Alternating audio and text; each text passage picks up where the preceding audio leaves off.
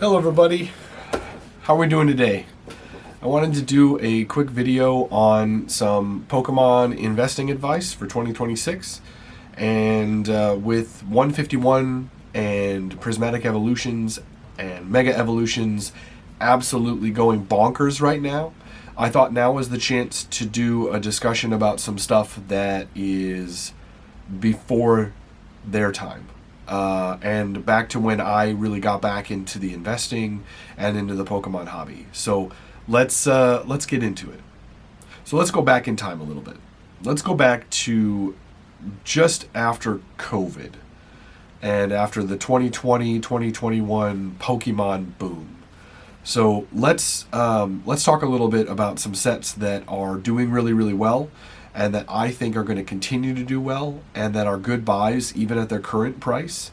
And then let's also talk about some sets that came after that are a little bit cheaper, still expensive, but are still good buys at their current price, and I think they're going to continue to increase.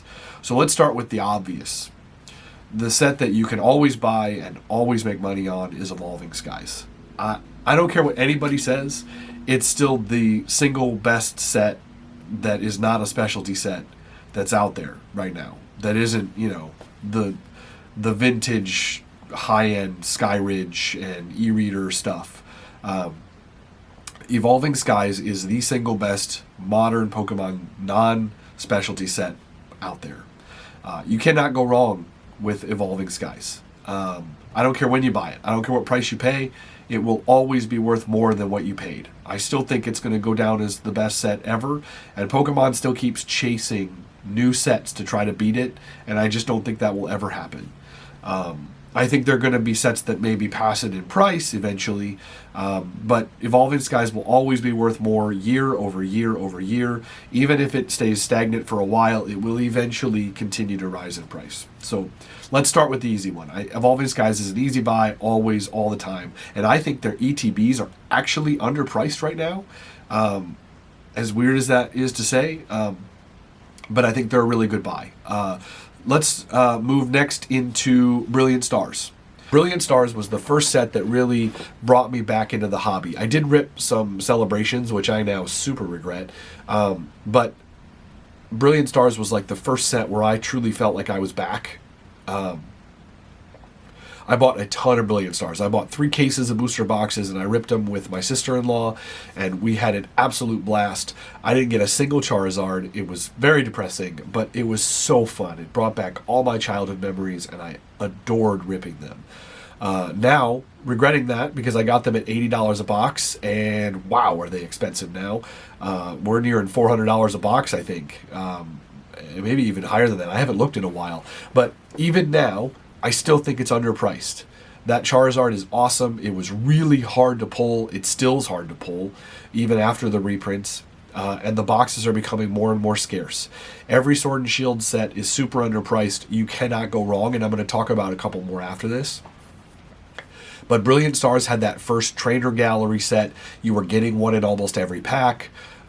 You were getting a pull in every pack, and it was really exciting to rip, really exciting to pull. Even that Vaporeon Trainer Gallery is super nice with the yellow borders, and I can't recommend Brilliant Stars enough. And then after that, I'd probably say Lost Origin or Fusion Strike, but both of those sets fit into this realm equally. I think that Lost Origin is super underpriced right now because that Giratina is one of the best artworks out there, in my opinion. I think it's going to go down as a super popular card and one that a lot of people are going to want to chase down the road. I cannot have enough Lost Origin. I would be remiss to not talk about buying that. And Fusion Strike is really similar, and it's on this list too, because that Gengar, again, crazy overpriced, and none of the cards in that set beyond that are really worth all that much. Those two sets, you're really chasing one card, and if you don't pull them in the box, you're going to buy another box if you have to pull one yourself. And that's what a lot of people in this hobby want to do, is they want to pull the card themselves. So personally, I would buy either of those boxes at their current price. Fusion Strike got close to $1,000 at the end of last year, and now it's worth in the $700 to $800 range. I can tell you it's going to be over 1,000. It's going to be that Gengar is the chase. Everybody wants it. Same with Lost Origin. That set is going to be over $1,000 a box. I'm not saying it's short term. This is an investment video. So long term, these boxes are going to be expensive. And if you want them in your collection, now's the time to get them, and I highly recommend it. Now for my favorite one on this list, and it falls out of the Sword and Shield era and into Scarlet and Violet, I am all about Paldea Evolved. I know a lot of people are still talking about this set, and I know that it's been kind of like quiet lately, but Paldea Evolved is still underpriced. Like, honestly, it's underpriced.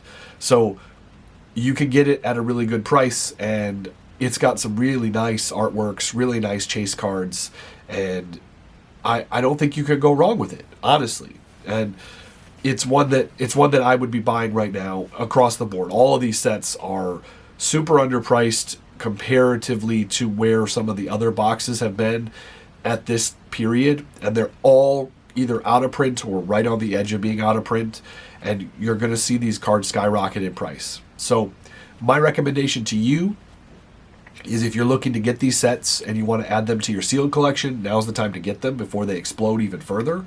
But once Ascended Heroes becomes nearly impossible to get your hands on, because that and Prismatic are extremely expensive, as like your ETBs for Prismatic have hit $200 a box, and Ascended Heroes is already nearing $130 or $140 a box, and it's still on shelves at certain locations. I can tell you, once people realize that they can't get their hands on this product, they're going to want to rip Pokemon. That's when Destined Rivals starts to explode. That's when all these sets that are current are going to explode, and they're going to stop being cheap. And then everybody's going to look back to Sword and Shield again, and we're going to be talking about this all over again. It's this endless cycle where cards are available until they're not. And Sword and Shield is running out of stock on TCG Player. Go look it up. Go look up the box count, the case count. Go on eBay. You're going to run out of these to being available, and once that happens, they're going to skyrocket. So that's the video for today. I know it's a short one, but I just wanted to go through that really quick with you guys. What are you buying right now? What are you investing in? Are you investing in more recent sets like Ascended Heroes when you can get your hands on it, Prismatic, Destined Rivals, or are you investing in Sword and Shield? Are you making your position there a lot bigger or larger? Tell me more. I want to hear about what you're doing. Comment below. Don't forget to like and subscribe. And I really appreciate you taking the time today, and I hope you have an awesome day.